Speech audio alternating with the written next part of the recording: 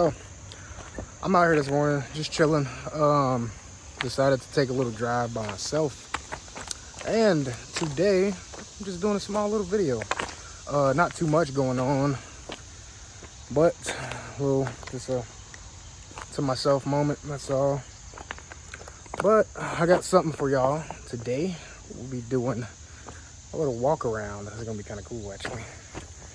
If I can get myself up out of here, and I'll walk back up here to the front real quick.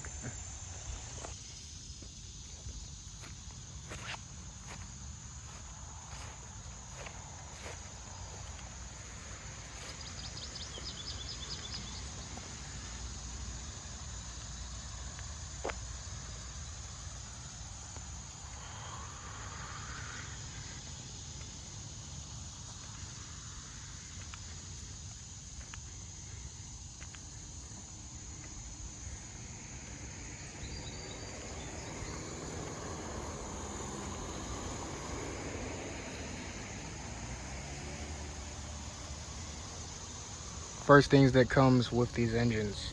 Usually everybody swaps these things out. Yes, this is NA, and I'll plan on doing ahead and going with the turbo setup. I do actually have turbo 2 parts from an S4, this being an S5. It's compatible. The swap is not going to be too terrible, but hey, it's a project in its own. The coolest thing about them is that I still have these strut tower covers. Yes, the car was previously red. I personally don't really care for the color red. I may do something special at some point, but who knows. For the most part, I've changed out a lot of things. I've done a water pump, I've done vacuum lines, I've changed out fuel injectors and such. I've adjusted idle control so it would idle correctly. Oil changes every 3,000 miles. That is a must. It's hard to find these things, man. It's hard to come by them. It's hard to keep them up to date. But, you know, eventually you get to a point to where it'll be fine. It'll be okay. You won't have to worry too much about it. It idles by itself. It sounds really good. Kind of gives you a little bit of pop when it does. That's the joy of it. So I won't do too much. I won't go too much into detail, but it's got a couple things. So you've got like a couple of aftermarket, like, you know, A&N fitting hoses and stuff like that. It has front and rear aftermarket sway bars. Of course, I kind of do want to change them out, but they're decent for now. I gotta get everything else buttoned up on this thing. My battery don't mind that little bungee cord. I know it's kind of ghetto, but we'll get it going. We'll get everything in here solid and cleaned up and whatnot. But I'll go ahead and I'll start it up for y'all so y'all can at least hear it. Coming inside the car, same thing goes, dude. This little floral print is actually on my door cards as well. That is so cool. Once I clean it up, oh man, just imagine how clean it's gonna be up in here. Little odds and ends that need to be buttoned up, but hey, it's an old car, bro. It's a dinosaur. That panel is also over there on that passenger driver door card. Super cool. It's also got a little wink mirror in there. Super sick. Favorite part about the car is that, bro, it's a convertible, but at the same time, I can have a target top off if I want to. That's pretty cool. It's like a little roadster. It's like a Miata, but it's better than a Miata in its own sense. You know, I'm not hating on the Miata guys out there. Those Miatas outhandle everybody when you hit the track. So, just to say, I'll go ahead and give y'all a little start up real quick so y'all can see. I even got this little, that came with the car. It's been there pretty much as it looks. It was. The wheels are actually from an Eclipse, my Eclipse personally. Those BBS wheels, the hubcaps, I just don't want to lose them all. I've already lost 2 of them, but I'll give y'all a quick start up. Gas gauges and stuff work. I actually need to fix my ground for my oil level or oil pressure sensor. That actually just needs to be just a wire, just grounded back to the block. Other than that, it'll be fine. But tachometer does not work. That goes for speedometer as well as RPMs and such. We'll go ahead and give you a start up.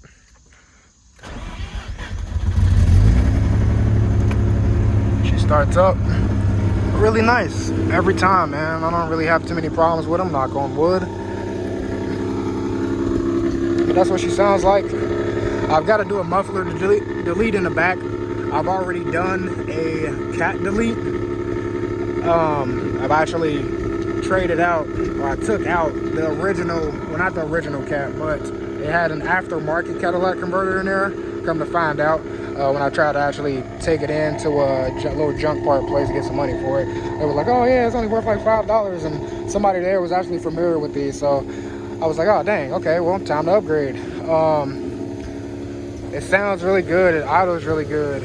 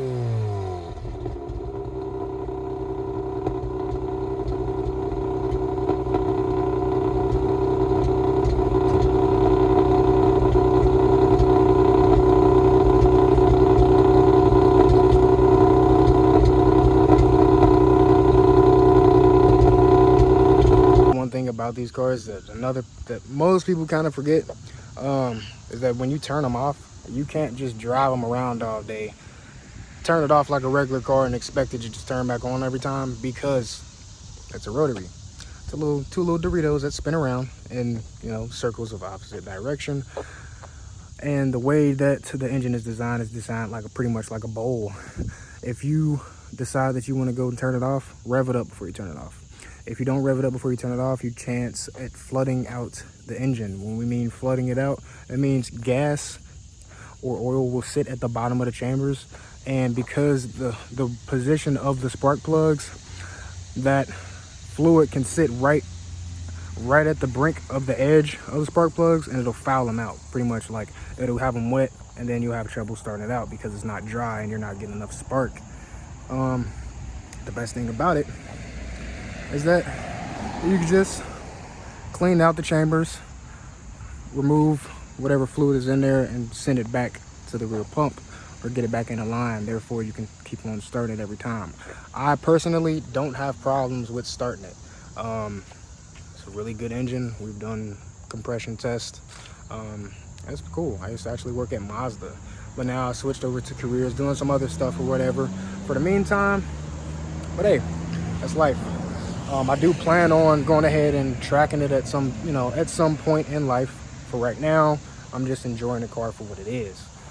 It's amazing. It's a really good car. Like, a lot of people down talk them, but dude, that 13B, that sound of it is just, I don't know, man. It's abnormal. It gives you a whole sense of feel. Like you feel different when you sit in it. You feel different when you start it. You feel different when you like drive it. Like, it's kind of unexplainable.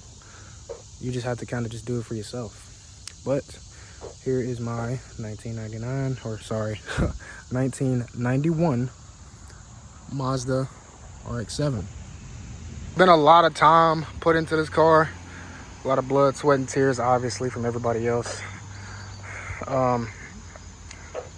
Some stuff I've had help with. Some stuff, most of the stuff, actually pretty much all of it, I've done myself. It's taken a while. When I first got it, it was just sitting. It wasn't idle. It did run when I first got it. Funny thing is, I got this thing for $900. Super steel. It was sitting for a while, and an older guy had it. And for some reason, I just usually love to fix broken stuff. It's old. It's a dinosaur. Nobody really likes them. Nobody understands them. But I love stuff like this. It is a manual, of course, 5-speed. Bucket seats are, obviously old, faded, but it's cool. It sounds good. Favorite thing about the car is the targa top. That is wrapped in some type of upholstery fabric from two owners ago. Rear window when I first got the car was actually peeling really bad. I just recently did this. I know it's a little bit ugly, but hey, we'll clean that up as it goes.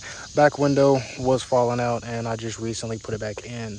And, you know, obviously life happens, stuff happens. About a week and a half after I fixed my back window, I came outside of work one day, had a very minor crack around this edge. So, yeah, eventually soon I'll have to get a windshield in here. But for now, I'm going to focus on everything that makes the car runs and keeps it okay. Cosmetic stuff can come later on. Paint, wrap, and all of that stuff, or whatever it be, will happen eventually.